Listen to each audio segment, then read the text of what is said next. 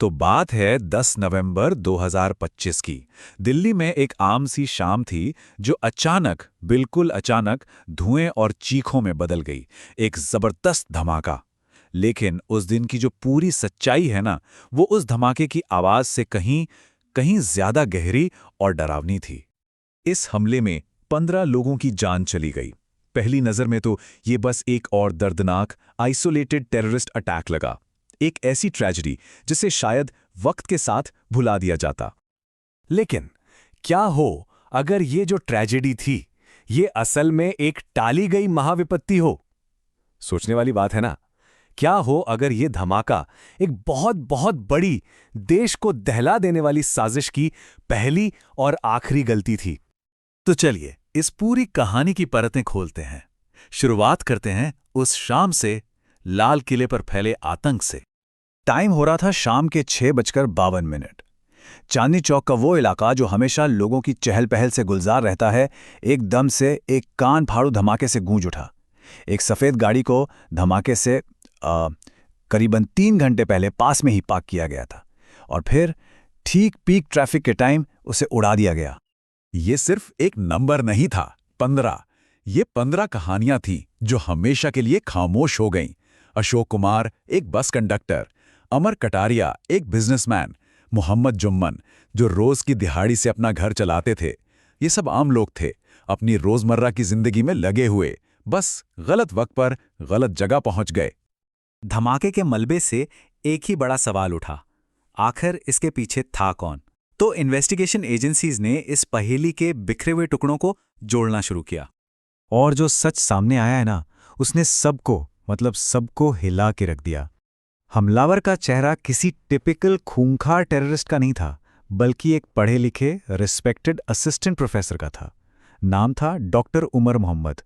सोच के देखिए, दिन में एक यूनिवर्सिटी में पढ़ाने वाला प्रोफेसर, और रात में जैशे मोहम्मद का एक खतरनाक ऑपरेटिव। उमर के आखिरी दिन किसी थ्रिलर फिल्म की स्क्रिप्ट से कम नहीं थे।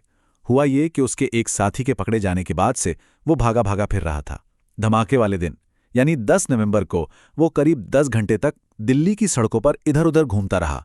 50 से ज्यादा सीसीटीवी कैमराज में उसकी फुटेज मिली। बहुत घबराया हुआ था। लेकिन देखिए, उमर इस कहानी का सिर्फ एक छोटा सा मोहरा था। जैसे जैसे इन्वेस्टिगेशन आगे बढ़ी, एक ऐसे नेटवर्क का पर्दाफाश हुआ जिसकी किसी ने कल्पना तक नहीं की थी। ये कोई आम टेररिस्ट ग्रुप नहीं था, ये था एक व्हाइट कॉलर टेरर नेटवर्क। हाँ, बिल्कुल सही सुना। पढ़े लिखे, ऊंचे ओहदों पर काम करने वाले प्रोफेशनल्स, और इनमें से ज्यादातर डॉक्टर्स थे। वही लोग जिन्हें जाने बचाने की शपथ दिलाई जाती है। जरा इस लिस्ट को देखिए। Doctor Muzammil, doctor Adeel, doctor Shaheen, एक के बाद एक डॉक्टर्स के नाम। मतलब यकीन करना मुश्किल है कि कैसे इन लोगों ने अपने प्रोफेशन की आड़ में तबाही का इतना बड़ा जाल बुन डाला था।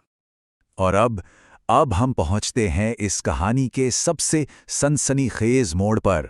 लाल किले का धमाका वो असल में एक एक्सीडेंट था, एक गलती। उनकी असली प्लानिंग इससे कहीं ज्यादा, बहुत बहुत ज्यादा खौफनाक थी। इस साजिश का कोड नेम था ऑपरेशन D6, और इसका मकसद था दिल्ली को दहलाना। एक ही दिन, एक ही वक्त पर 6 से 7 अलग अलग जगहों पर सीरियल ब्लास्ट्स। और इसके लिए उन्होंने टाइमिंग भी चुनी थी, बाबरी मस्जिद डिमोलिशन की 33वीं एनिवर्सरी का दिन। उनकी तैयारी बिल्कुल प्रोफेशनल और सिस्टमैटिक थी। 5 स्टेप्स का एक पूरा ब्लूप्रिंट रेडी था। पहले टेरर मॉड्यूल बनाना, फिर रॉ मटेरियल्स खरीदना, उसके बाद केमिकल आईडीज असेंबल करना, फिर उन बॉम्ब्स को मेंबर्स के बीच बांटना, और आखिरी में एक साथ दिल्ली पर हमला करना। और उनकी तैयारी का स्केल जानते हैं? उन्होंने जमा किया था करीब 2900 किलोग्राम एक्सप्लोजिव। इतनी बड़ी क्वांटिटी है ये कि पूरे शहर में मातम फैला सकती थी। और बात यही खत्म नहीं होती। उन्होंने 1 या 2 नहीं, बल्कि 32 कार्स को कार बॉम्ब में बदलने की तैयारी कर ली थी।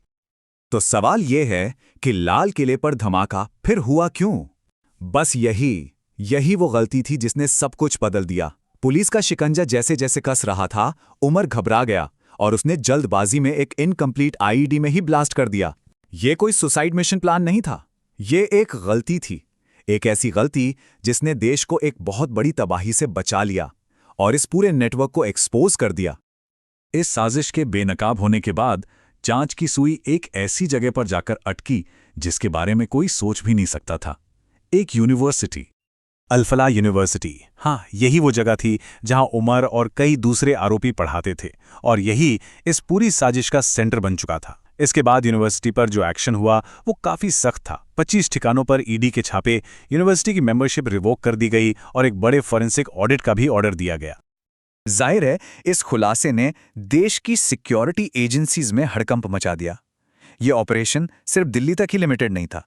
7 राज्यों में छापे मारे गए, 70 से ज्यादा गवाहों से पूछताछ हुई और 34 लावारिस गाड़ियों को भी जब्त किया गया। इस मामले के तार जब पड़ोसी देश से जुड़े तो रीजनल टेंशन्स भी बढ़े। हालांकि अमेरिका जैसे देशों ने भारत के रिस्पॉन्स को मेजर्ड और कॉशियस बताया, जिससे पता चलता है कि भारत ने इस मामले को कितनी गंभीरता से हैंडल किया। लेकिन ये कहानी अभी खत्म नहीं हुई है। एनआईए की इन्वेस्टिगेशन आज भी जारी है। वो एन्क्रिप्टेड नेटवर्क्स, फाइनेंशियल ट्रेल्स और उन इंटरनेशनल हैंडलर्स की तलाश में है जो पर्दे के पीछे से ये पूरा खेल चला रहे थे। ये मामला एक बहुत गंभीर चेतावनी है। ये दिखाता है कि आतंकवाद का चेहरा अब कितना बदल चुका है। अब खतरा सिर्फ बंदूक उठाए लोगों से नहीं, बल्कि उन व्हाइट कॉलर पढ़े लिखे प्रोफेशनल से भी है जो समाज में घुल मिलकर तबाही की साजिश रचते हैं। ये पूरी साजिश तो किस्मत से एक गलती की वजह से नाकाम हो गई, पर ये एक सवाल जरूर छोड़ जाती है कि ऐसे और कितने नेटवर्क्स हैं जो हमारी नज़रों के ठीक सामने बिल्कुल खामोशी से काम कर रहे हैं।